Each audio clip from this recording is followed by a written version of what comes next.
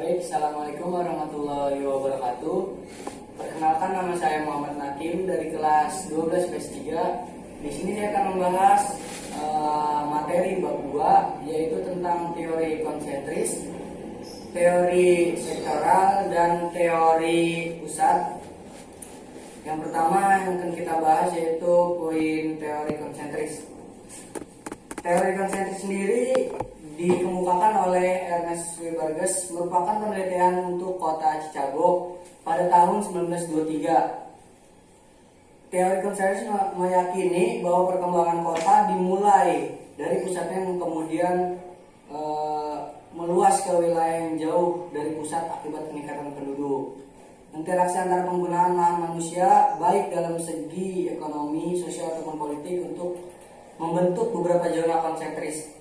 Kekurangan dari teori ini tidak berlakunya di negara selain Amerika Serikat. Contohnya kota dengan teori konsentris adalah Chicago, London, Calcutta, Adelaide, dan sebagian besar kota-kota di Indonesia. Untuk konsumsi teori konsentris sendiri ada 6 macam.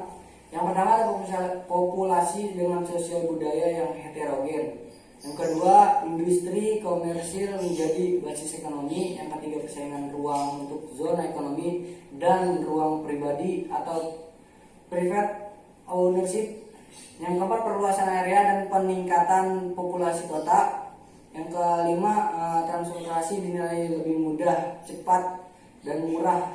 Jadi kayak seperti kalau di Indonesia itu kayak seperti busway, kendaraannya gitu modelnya ya.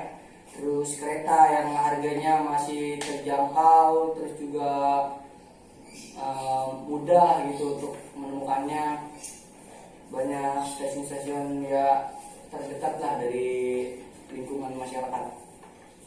Yang keenam ada pusat kota untuk pusat ekonomi, sehingga ruang di dekat pusat menjadi terbatas dan bernilai tinggi. Ya, pusat kotanya itu untuk kegiatan ekonomi seperti pasar, terus pasar modern seperti mall gitu modelnya, dan seperti pelelangan gitu, pelelangan ikan modelnya.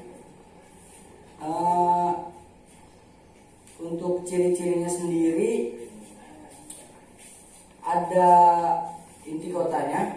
Yang kedua ada intensitas yang tinggi untuk kegiatan komersil dan pemerintahan atau perkantoran, pertokoan, dan lain-lain.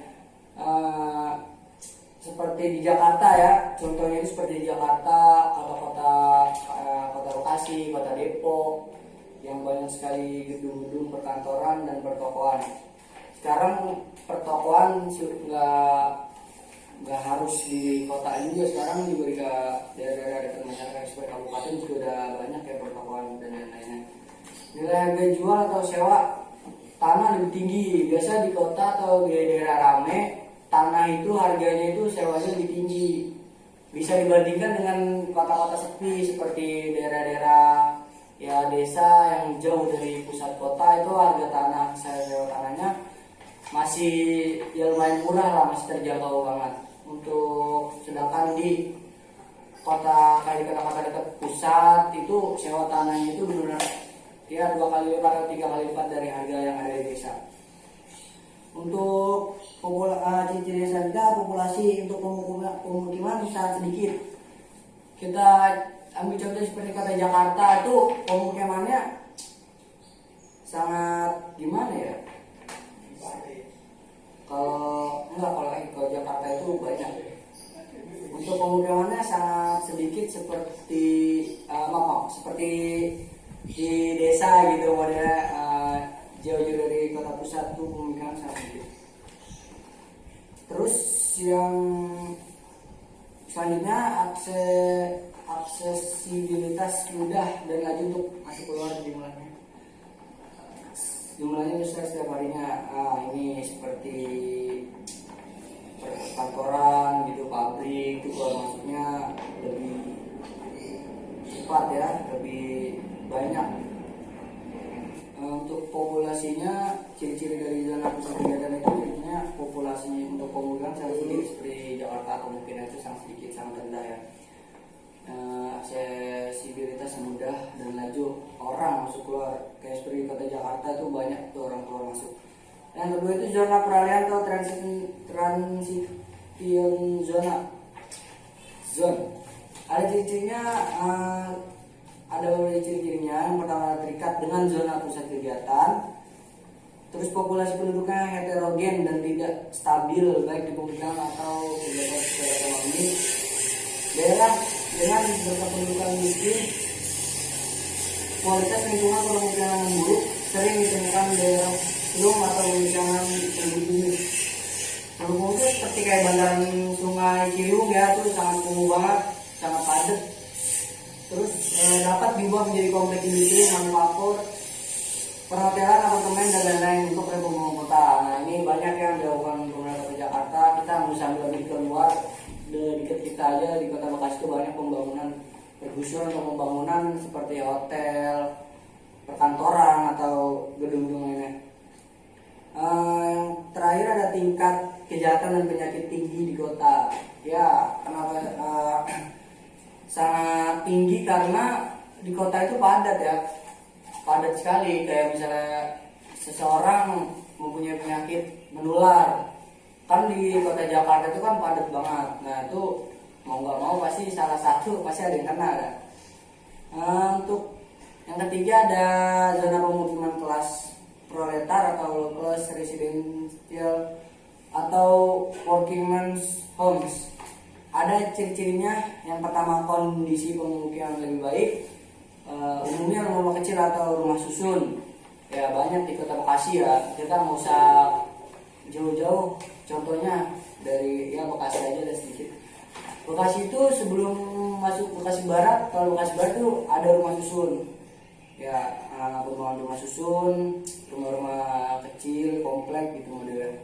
Terus ada populasi penduduknya merupakan para pekerja dengan berpenghasilan kecil dulu. Ya jelas, soalnya tingkat pendudukannya tinggi ya, jadinya penghasilan itu ya rendah lah, sedang lah. Transportasi dapat dikatakan masih relatif mudah dan murah menuju bekerja. Nah ini contoh yang kayak contoh pertama kali tuh ya, seperti kereta di Jakarta udah LRT, MRT itu lebih murah, terjangkau, itu lebih cepat. Sekarang lebih banyak kendaraan-kendaraannya. Yang terakhir itu ada yang keempat ada zona kelas menengah atau medium class residential zone. Residential zone ciri-cirinya sebagai berikut. Pemukiman untuk para pekerja dengan berpenghasilan menengah. Ini seperti Kota Bekasi juga sih sebenarnya, berpenghasilan menengah. Kondisi pemukiman lebih baik dibandingkan kelas proletar. Pemukiman horizontal ataupun pemukiman vertikal atau apartemen, banyak di sana ditemukan apartemen, perhotelan, gedung-gedung penginapan, itu banyak banget. Lokasinya strategis dengan pusat perbelanjaan sudah hampir sama kondisi dengan yang berada di kota, itu banyak ya. Jadi sudah hampir merata. Yang terakhir ada zona penglaju atau komuter zone. Ciri-cirinya memasuki daerah belakang atau hinterland. Hinterland itu daerah belakang ya, daerah batas-batas kota. Terus penduduknya itu tinggal pinggiran kota tapi bekerja di kota. Ya banyak ya. Biaya transportasi relatif tinggi menuju CBD dibandingkan dengan zona lain. Ini sedikit lebih mahal. Pendapat pendudukannya relatif tinggi. Contohnya pekerjaan orang-orang kota, orang-orang pegawai kantoran. Untuk zonanya, untuk gambarnya sendiri, gambarnya itu ini ya, kelihatan. Ini ada nomor 1, 2, 3, 4, dan 5. Jadi yang pertama itu zona pusat kegiatan, bagian inti pusat kegiatan. Nah untuk yang kedua itu daerah zona peralihan. Ini yang di hasil itu zona peralihan. Terus yang ketiga itu zona pemukiman kelas proletar. atau low class residential itu yang nomor 3. Untuk nomor 4-nya itu zona kelas menengah atau medium class, dan yang kelima itu daerah zona pengelaju, zona cepat. Jadi ada 5 zona ya. Baik, kita akan lanjut ke materi teori sektoral. Yang pertama mengenai teori konsentris dilakukan oleh Homer Hoyt pada tahun 1979. Penelitian dilakukan oleh Hoyt berdasarkan akan pemetaan rata-rata nilai sewa pemukiman untuk setiap blok di setiap kota. Jadi dirata-ratakan nilai-nilainya. Asumsi yang digunakan adalah adanya variasi penggunaan lahan di sekitar pusat kota CBD zone. Lalu perkembangan dan masing-masing meluas ke zona lain.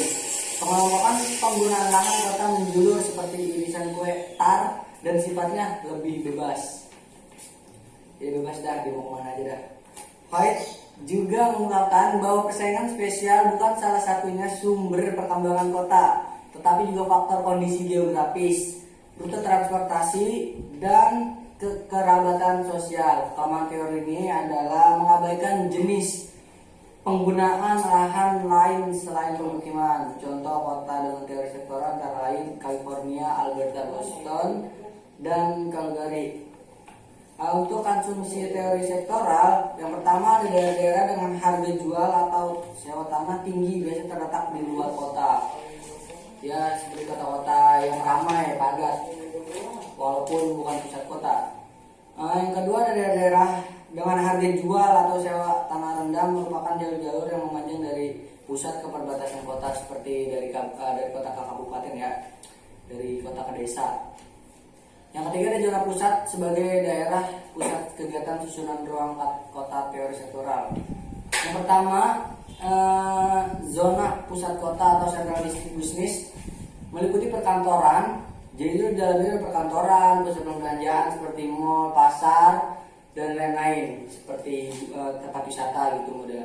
Yang kedua ada zona daerah manufaktur, terdapat di kawasan industri ringan dan perdagangan seperti di Karawang gitu, kawasan industri. Yang zona ketiga ada pemukiman kelas rendah, berada di dekat pusat kota, terdapat kawasan Murbawisma, tempat tinggal kaum buruh seperti buat kuli gitu ya modelnya. Ya itu seperti rumah susun untuk para pekerja atau kuli kalau bisa kita sebut ya. Untuk zona keempat ada pemukiman kelas menengah, berada agak jauh dari pusat kota atau sektor industri, dan terdapat kawasan Madya Wisma, tempat tinggal kaum menengah. Jadi itu kayak seperti jauh dari pusat kota, kayak di desa, tapi jauh juga dari desa dia, di pertengahan ya. Untuk zona kelima pemukiman kelas atas. Nah ini seperti di pusat kota ya, kayak di apartemen.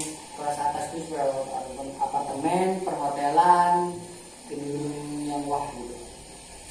Oke, kita akan bahas materi yang selanjutnya, itu teori keruangan atau teori pusat yang dikemukakan oleh Harris dan Ullman dalam multiple nucleus theory. Menurut pendapatnya, kota merupakan wilayah yang merupakan perwujudan aktivitas manusia di permukaan bumi. Setiap kota akan memiliki karakteristik keruangan masing-masing. Salah satu teori mengenal pola keruangan kota adalah teori Harris Ullman pada tahun 1945. Harris Ullman berpendapat bahwa pola keruangan kota diawali oleh suatu pusat kegiatan atau central district business yang dapat berupa kegiatan ekonomi, pendidikan, sosial, atau lain sebagainya. Untuk pola pengembangan wilayah negara maju, perbedaan Arktik dan Antartika, sumber daya alam terbarukan dan tak terbarukan. Jadi yang memiliki pusat kegiatan bahwa bukan hanya di kota saja, daerah pinggiran yang terdapat suatu kegiatan pun dapat menjadi pusat daerah kegiatan. Teori ini juga disebut dengan teori inti ganda, teori pusat ya. Pola keruangan kota ini tidak memiliki urutan yang teratur dikarenakan perkembangan kota dipengaruhi oleh faktor-faktor tertentu seperti sejarah, situs kota, keadaan geografis dan lain sebagainya. Jadi sejarah, situs kota dan keadaan geografis itu tidak mempengaruhi mempengaruhi pola keruangan kota ini ya. Mungkin hanya itu saja yang bisa saya dapat sampaikan. Sekian dari saya, kurang lebihnya mohon maaf. Wassalamualaikum warahmatullahi wabarakatuh.